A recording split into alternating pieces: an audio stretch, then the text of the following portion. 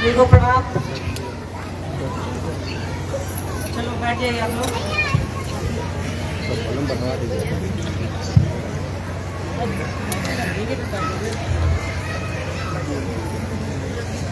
आज हम लोगों का सौभाग्य है, हम आप यहाँ इकट्ठा हुए हैं महादेव और साहब दीदी की बात करने को, और मंडल सर के साथ उपस्थित हुए हैं। हमको तो आप लोग झेलते ही रहते हैं, मंडल सर आए हैं तो थोड़ा उसको सुकून मिलेगा। सर का हाथ हमारे आपके सर पर है, इसलिए नहीं है कि हम लोग इनको सर बोलते हैं या अंकल बोलते हैं, इसीलिए है कि हम आप साहब दीदी के संकल्प को लेकर के चलते हैं। अभी इन्होंने कहा ना कि जो उनके संकल्प को लेकर के चलेगा वो सब अपने हैं।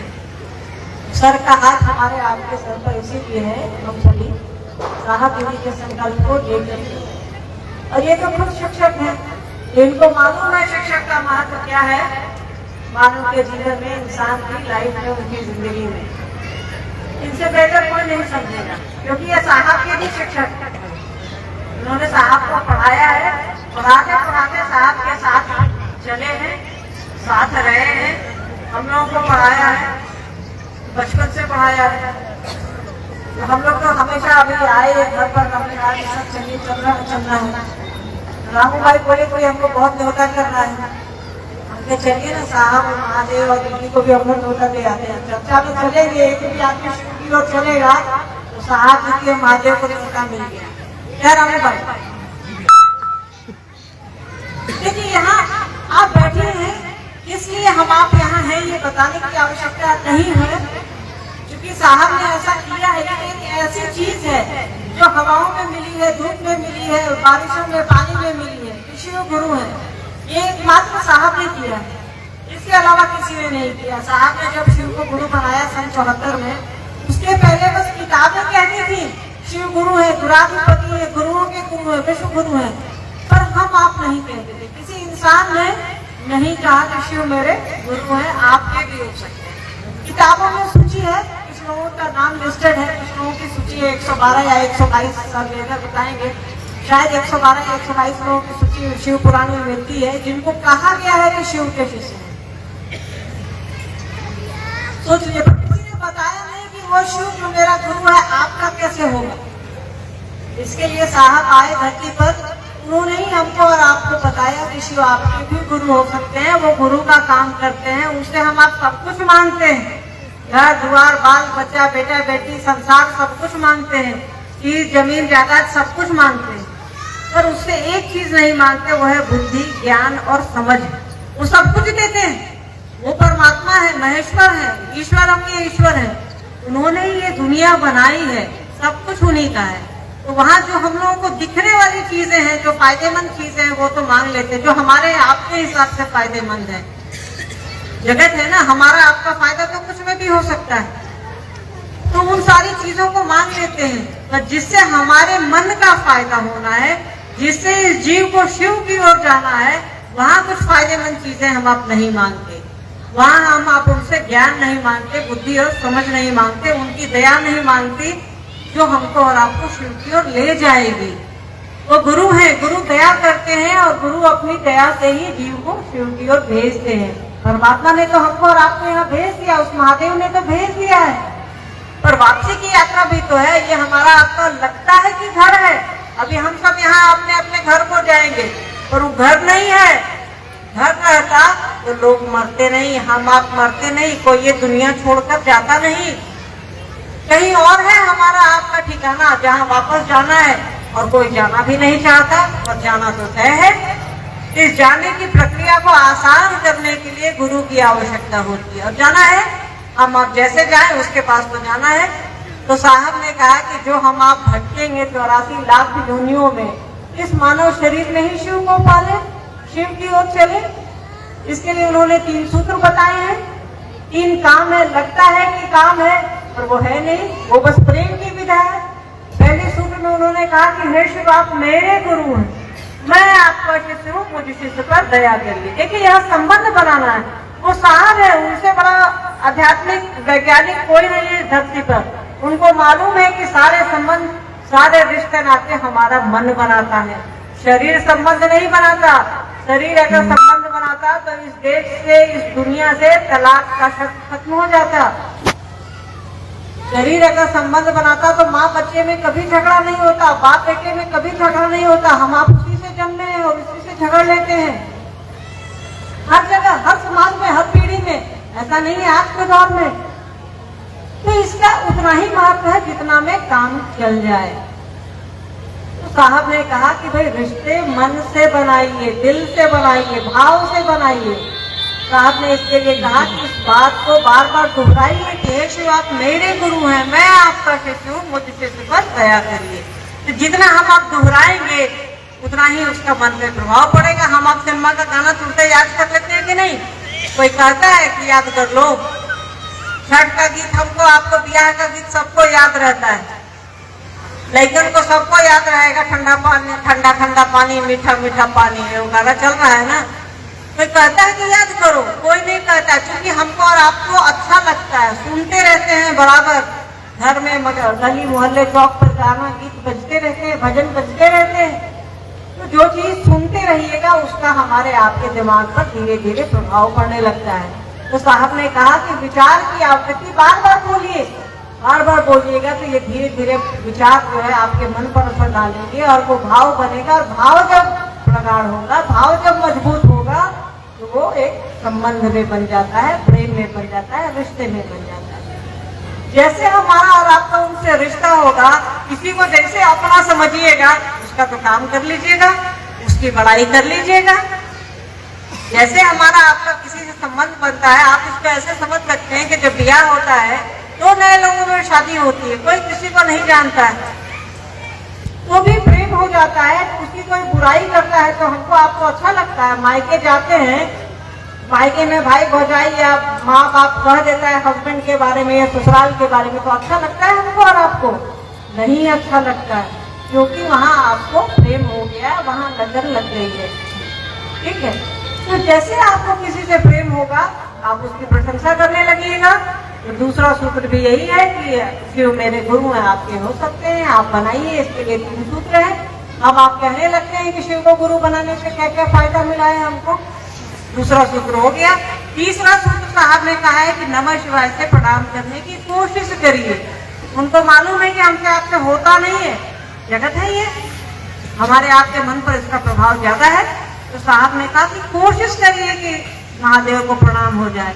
इसके लिए उन्होंने कहा कि आप माला पर करिए, रुद्राक्ष पर करिए, उंगलियों पर करिए, या जब नमः शिवाय की जो प्रक्रिया है सांस पर लीजिए नमस्ते और शिवाय से बाहर करिए। उन्होंने कहा कि ये गुरु की दया से ही संभव है, तो इसके लिए बार बार कोशिश करनी चाहिए। तो ये 3 काम है जो हमको और आपको करना रहता है। इसमें सबसे जरूरी काम है कि उनसे दया मांगिए कि सरकार आप मेरे हैं, मैं आपका हूँ, मुझ पर दया कर दीजिए। जैसे आप उनको अपना बनाएंगे सारा खेल आपका बनता है और कुछ भी नहीं है, सब कुछ आपके अपने होने पर निर्भर करता है। जैसे अभी हम आपको अपनी चप्पल का ध्यान रखे हुए होंगे ना, एक रुमाल छूट जाएगा, एक माथे का रबर या एक रुमाल गिर जाएगा किसी के, तो लोग बोले गए थे बेतौरा चर्च में रुमाल छूट गया मेरा, ये माथा का क्लिप गिर गया मेरा, चर्चा में गए। छोटी से छोटी चीज हमको और आपको जो अपनी है, जो मेरी है, उसका ध्यान रहता है। तो साहब ने कहा कि महादेव का को भी अपने जीवन में उतारिए, अपने बच्चों की तरह, अपनी चीजों की तरह, अपने सामान की तरह, अपनी छोटी से छोटी चीज चप्पल की तरह ही उसको अपने जीवन में महत्व दीजिए, पर दीजिए। उन्होंने कहा कि घर में तो महादेव की तस्वीर लग गई है, चौक चौराहों गली मोहल्लों में तो लग गई है, क्या हमारे आपके मन में लगी है? उन्होंने कहा कि मन में थोड़ी भी जगह दे दो यार। वो नहीं कहते हैं कि आप पूरा दिल दीजिए, उसको पूरा घर दीजिए। उन्होंने कहा कि मन के कोने में थोड़ी सी जगह दे दो, सब कुछ सही हो जाएगा। ये जीवन जो दिख रहा है वो भी सही हो जाएगा, और जो नहीं दिखता है हमको और आपको वो भी सही हो जाएगा। देखिए, ये बैठक के तौर पर हम लोग आए हैं। बेतौरा आने की योजना बहुत दिन से थी, तो थोड़ा समय का अभाव हमारे पास भी रहता है, थोड़ा कुछ सेटिंग गड़बड़ा जा रहा था। अभी संगीता जी इन लोगों की कोशिश रही कि हम लोग आए, आप लोगों के बीच आए और बातें करें। आपके बीच आए हैं, हम लोग कुछ बात करनी है तो आप कर सकती हैं। आपके पास माइक चला जाएगा या कोई भैया लोग आपकी मदद करेंगे बात पहुंचाने में, या कोई जिज्ञासा है तो बताइए।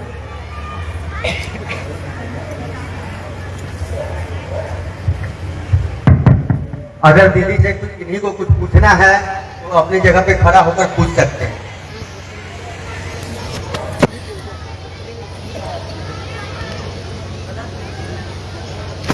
नहीं तो जिज्ञासाएं हैं, हम लोग उस पर बात कर लेंगे। किसी को कुछ कहना है? संगीता जी, आप लोगों का बहुत ज्यादा था, तो भाई आइए।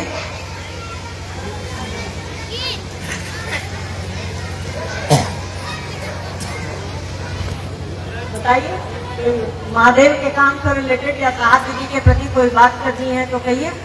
वही है कि भगवान गुरु है ये, तो मैंने आदमी गुरु को बना लिया, भगवान गुरु काहे बनाया? भगवान है तो गुरु क्यों बनाया? चलिए ठीक है, लेकिन इनकी जिज्ञासा है कि जब भगवान है ये है, महादेव तुमको गुरु क्यों बनाए? सही बात है, भगवान है ये है तो गुरु क्यों बनाए? आप दवाखाना में बीमार पड़िएगा तो दवाखाना जाइएगा कि किसान के पास जाइएगा? कहाँ जाइएगा? आप बीमार पड़िएगा या हम बीमार पड़ेंगे तो आपके पास तो ना आएंगे, हम डॉक्टर के यहाँ जाएंगे भाई। तो जो दवाई लिखेगा उसी के पास ना जाइएगा। हाँ, दवाई लिखने वाला हो सकता है आपका भाई हो सकता है आपकी बहन हो सकता है आपके पिताजी हो, पर जिस समय वो आपको दवा लिख रहे हैं वो डॉक्टर है। इस समय नर्स आपको पट्टी बांधती है, वो आपकी बहन और भाई नहीं होता है रिश्तेदार, वो नर्स है, उसका वो पेशा है। कोई मास्टर है, अपने घर में वो अपने लिए किसी के लिए भाई है, किसी के लिए पिता है, किसी के लिए पति है, किसी के लिए बेटा है। और स्कूल जाएगा जो टीचर है, तो जो टीचर रहेगा उसी के पास ना पुत्रों को भेजिएगा पढ़ने के लिए कि मेरे पास भेज दीजिएगा। तो महादेव परमात्मा है, महेश्वर है, गुरुओं के गुरु है, सब कुछ वही है। तो जो पढ़ाएगा वही ना लोगों को ले जाइएगा। आपको अब किसानी सीखनी है। अभी रास्ते में इन लोग बात कर रहे थे कि मटर छीनी लगा हुआ है, आप क्या कैसे पहचाने? आप लोग छोटी सी चीज है, हमको नहीं आती है पहचानने, हमको उसको देखना पड़ेगा, किताब पढ़ना पड़ेगा या किसी से सीखना पड़ेगा। तो जो किसान उसको बोया है वो आपको बेहतर बता देगा, या जो जान रहा है वो बेहतर बताएगा। मुझसे पूछिएगा तो धान गेहूं सब एक है मेरे लिए। अब तो बोले कि ये झाड़ी है, आप लोग को मटर दिख रहा है, जो जानकार है उसको वो मटर दिख रहा है, मुझ जैसे गधे को वो झाड़ी दिख रही है। तो जो गुरु का काम करेंगे उसी के पास में जाइएगा। स्कूल तो बहुत अच्छा है, उसमें जब तक आप अपने बच्चों को पढ़ाएंगे नहीं, आपके लिए कैसे अच्छा होगा? कोई डॉक्टर बहुत अच्छा है, जब तक आप उससे अपना इलाज नहीं कराइएगा तब तक आपको पता कैसे चलेगा? रसगुल्ला बहुत बढ़िया है, खाइएगा तभी ना पता लगाइएगा। मीठा है कि कम चीनी है कि ज्यादा चीनी खराब है, अरे उसका स्वाद चखना पड़ता है यार। परमात्मा तो है ही, सब कुछ वही है, गुरु भी वही है, बस मुक्ति का फर्क है। मंडल सर जब हम लोग को पढ़ाते थे तो गुरु है, ऐसे साहब के गुरु है, साहब से मित्रवत है, वो एक अलग माहौल में हम लोग इनसे हंसी टिटोली भी कर लेते हैं, कुछ बात भी कर लेते हैं, पर साथ जिस समय पढ़ाते थे उसमें पढ़ाते थे।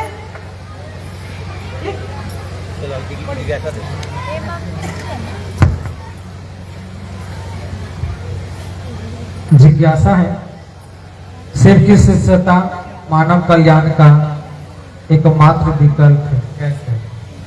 शिव की शिष्यता मानव कल्याण का एकमात्र विकल्प है। कैसे? कल्याण का क्या अर्थ होता है पहले समझिए। कल्याण का अर्थ होता है सबका अच्छा होना, सबका भला होना। वो महेश्वर, वो महादेव जिनको सब कुछ कहा गया है, वो जब गुरु होते हैं तब सबका कल्याण, उनके नामे का अर्थ है कल्याणकारी। शिव शब्द का ही अर्थ है मंगल करने वाला। मंगल मतलब अच्छा करने वाला, कल्याण करने वाला। तो उसको नहीं समझिएगा तो किसको समझिएगा? यहाँ हम सभी प्यार से इतने लोग बैठे हैं, कोई किसी की जाति नहीं जानता, कोई किसी का पंथ नहीं, कोई किसी का धर्म नहीं, कोई लाल कपड़े पहना है, कोई हरे कपड़े पहना है, पर सब शिव की बात सुनने के लिए इकट्ठा हुए हैं। सारे लोग साहब दीदी माँ की बात सुनने के लिए इकट्ठे हुए हैं यहाँ। तो शिव की शिष्यता तो हमारा आपका कल्याण ही करती है, उनके नामे में अर्थ है कल्याणकारी। तो जिसका नामे है कल्याण करने वाला, उसका नाम लिखेगा तो कल्याण होगा ही। और साहब ने कहा है कि आप गुरु का काम कीजिए, आप संकल्प लेकर के चलिए, कोई दे या न दे साहब देंगे आपको, दीदी माँ देती है आपको। तो महादेव स्वयं देने वाले हैं और साहब दीदी स्वयं हमको और आपको दे रहे। इससे अच्छे मंगल की बात, इससे अच्छे कल्याण की बात कुछ भी नहीं होगी। शिव शिष्यता से बेहतर कल्याण कहाँ है जरा बताइए? कहीं नहीं है। आप ब्रह्मांड घूम आइए, अगर शक्तियां हैं आपके पास तो शिव शिष्यता से बेहतर विकल्प हमारे आपके पास कुछ भी नहीं है। इसीलिए साहब ने कहा है गुरु उपाय है। नमः शिवाय प्राण मंत्र है कैसे? अरे यार नमः शिवाय प्राण मंत्र है कैसे? इसको ऐसे समझिए, साहब जो हम लोगों को समझाए थे डाक फका के, जो हम लोग समझे हैं, जब हम लोग साहब ने शिक्षानुभूति में लिखा है कि सांस पर जब नमः शिवाय चढ़ता है तो मंत्र जपने को सबसे अच्छी विधा है। सांस पर मतलब हमारे प्राण वायु पर सांस लेते हैं तभी ना जिंदा है। आदमी मरता कब है? जब ऊपर नीचे जाना जब बंद हो जाता है ना तो हम आप निकल लेते हैं। तो जो चीजें हमारे आपके सांस के साथ है, हमारी आपके प्राण के साथ है, वो प्राण मंत्र है। जैसे महाराज साहब ने कहा है कि मरते समय अगर किसी को यह ध्यान रहे कि मैं शिव का शिष्य हूँ, उसको फिर शरीर लेने की आवश्यकता नहीं पड़ेगी। ऐसा क्यों समझाया उन्होंने, क्यों कहा? क्योंकि उनको मालूम है ये सांस जा रही है, अगर नहीं आई तब तो ये जाने और आने की प्रक्रिया उसी गुरु की दया से है। यही प्राण हमारा आपका निकल जाए तो बेकार है, इसीलिए इसको प्राण मंत्र कहा गया है कि हमारे आपके साथ चलता है। ये हमारी सांस निकल जाएगी जिसमें नमः है और हम शिवाय बात करते हैं, ये उसी गुरु की दया है ना, उसी परमात्मा की दया है ना। और ये दुनिया का पहला मंत्र है। जब ये सृष्टि सृष्टि हुई तो शक्ति ने शिव को प्रणाम किया। जो आपको कोई प्यास आपकी बुझा दे तो आप कहते हैं ना कि थैंक यू, धन्यवाद। तो सृष्टि सृष्टि होती है और शक्ति उनको प्रणाम करती है नमः शिवाय से। ये संस्कृत का शब्द है नमः शिवाय, मतलब शिव को प्रणाम। जिसने उसको बनाया है उसको प्रणाम है। तो जिसने उसमें प्राण फूका है उसको प्रणाम है। तो हमारा आपका प्राण मंत्र है ये नमः शिवाय। शिव भाव के शिखर की तलहटी में सारी संकीर्ताएं तिरोहित हो जाती हैं। देखिए साहब की लाइन है ये शिष्यानुभूति के, शिव भाव के शिखर की तलहटी में समस्त संकीर्णताएं तिरोहित हो जाती हैं। शिखर की अभी हम आप शिव शिष्य बने नहीं हैं, बोलिए में हैं, विचारे में, आचरण में नहीं उतरे हैं। आचरण में उतरेंगे तब तो जमाना देखेगा। साहब दीदी को जमाना देख रहा है ना। तो ये जब भी हम आप उस दिशा में हमारा आपका मन थोड़ा भी चलेगा तो समस्त संकीर्णताएं मतलब छोटी छोटी चीज, जागतिक चीज, भेदभाव, अमीरी गरीबी, कोई बड़ा है कोई छोटा है, कोई अमीर है गरीब है, स्त्री है पुरुष है, ऊंची जाति का है नीची जाति का है, कोई गोरा है कोई काला है, समस्त संकीर्णताएं अपने आप समाप्त हो जाती हैं कि चलो यार ये तो जाने की जगह ही है, क्या होगा। कोई हम आप लड़ते रहते हैं, सब कुछ है फिर भी लड़ते रहते हैं। तो ये संकीर्णताएं, ये मन का छोटा होना, संकीर्णताएं मतलब मन का छोटा होना, मन में चीजों को लेकर के वैमनस्य पालना, ये बैर पालना। तो जब शिव हमारे गुरु होते हैं, हम आप शिष्य नहीं हुए हैं तो भी हम उस दिशा में चलते हैं और हमारा आपका मन विशाल होता है, बड़ा होता है। शिव जगत गुरु है कैसे? यार शिव जगत गुरु है कैसे? अरे भाई जगत नामे में है, दुनिया के गुरु। और हम आप थोड़े सर्टिफिकेट दिए उनको, किताबों ने दिया है, शास्त्र कहते हैं, रामायण महाभारत वेद पुराण उपनिषद कहती है। हटा दीजिए इनको, उसके बाद बात करेंगे। कोई भी व्यक्ति उनको अपना गुरु बना सकता है। अगर हम आप किसी सदगुरु के चेला रहेंगे तो वो कह सकते हैं कि आप लाल कपड़ा पहन के आइए, आप मछली छोड़ करके आइए या मछली खा करके आइए, और वो जगत गुरु है। जगत का अर्थ है कि वो जगत पूरी दुनिया के गुरु है। जो कुछ खाता है, जो कुछ पीता है, जो कुछ नहीं खाता है, जो कुछ नहीं पहनता है, सभी उनके शिष्य होने की पात्रता रखते हैं, किसी भी जाति, किसी भी धर्म, किसी भी पंथ के लोग। इसलिए वो जगत जो दुनिया का गुरु है, जो दुनिया का मालिक है, उसके लिए सोचने की आवश्यकता है। और ये सर्टिफिकेट हमने आपने साहब ने नहीं दिया, साहब को तो मालूम भी नहीं था। साहब ने तो अनजाने में ही एक श्लोक था जो दादाजी बोलते थे, उस श्लोक के आधार पे उनको अपना गुरु बनाया। बाद में उनके साथ जो लोग शमशान जाते थे, जब साहब बड़े हुए, बचपन में जो लोग जाते, जब बड़े हुए मधेपुरा इनकी पोस्टिंग हुई, जब ये अफसर बने, वहां गए तो लोगों ने बताया कि हाकिम कौन नया बात आप बोल रहे हैं कि महादेव को शिव को गुरु बनाइए, जो अब किताबें में लिखा हुआ है। तब साहब उन किताबों को पढ़ना शुरू किए। तब उन्होंने कहा कि सभी किताबें जो धार्मिक पुस्तकें, आध्यात्मिक पुस्तकें, उसमें कहा गया है कि शिव जगत गुरु है, गुराधिपति है, गुरुओं के गुरु है, शंभवे गुरु है नमः। आपका रामायण कहता है कि गुरु कैसा हो तो शंकर जैसा हो, शंकर रूपिणो, शंकर जैसा हो। महाभारत में उपमन्यु के बारे में कहा जाता है कि शिव के बहुत बड़े भक्त, उन्होंने कहा कि जिसके जीवन में एक पल के लिए भी शिव नहीं उतरे उसका जीवन व्यर्थ है। तो हम आप इसको कहाँ से सर्टिफिकेट दे पाएंगे? उस सूरज को दिया कैसे दिखाइएगा? किताबों ने कहा है और हमारा आपका जीवन इसका उदाहरण है कि वो जगत गुरु है। हम में और आप में उनका ज्ञान उतर रहा है, समझ उतर रही है, साहब दीदी का आशीर्वाद उतर रहा है और हम आप बड़े प्रेम से रह रहे हैं, बड़े प्रेम से चल रहे हैं। आओ चले शिव की ओर से क्या तात्पर्य है? आओ चले शिव की ओर से क्या तात्पर्य है? कोई हमको और आपको बाजार ले जाता है, कोई पान दुकान ले जाता है, कोई कहीं ले जाता है। साहब आए हैं धरती पर कि हमको और आपको शिव की ओर ले जा रहे हैं। लोग जगत में ले जाता है, वो आदमी शिव की ओर ले जा रहा है। कभी सोचिए, फुर्सत से कभी सोचिएगा, एक आध मिनट वक्त दीजिएगा कि वो कितने महान हैं कि लोग आपको बाजार ले जाता है, पान दुकान ले जाएगा, कहीं चूड़ी दुकान ले जाएगा, कहीं ले जाएगा, किसी क्या पार्टी के लिए ले जाएगा, विवाह के लिए ले जाएगा। कोई आपको शिव की ओर नहीं ले जाएगा, कोई आपको उस परमात्मा की ओर नहीं ले जाएगा। आपको वो आदमी निस्वार्थ बिना किसी सोच के, बिना किसी चीज के आपको वो ईश्वर की ओर ले जा रहे हैं, उस महेश्वर की ओर ले जा रहे हैं जो परमात्मा सृष्टि करता है। अब मतलब इससे बेहतर कुछ हो ही नहीं सकता हमारे आपके लिए, इस धराधाम के लिए, इस धरती के लिए।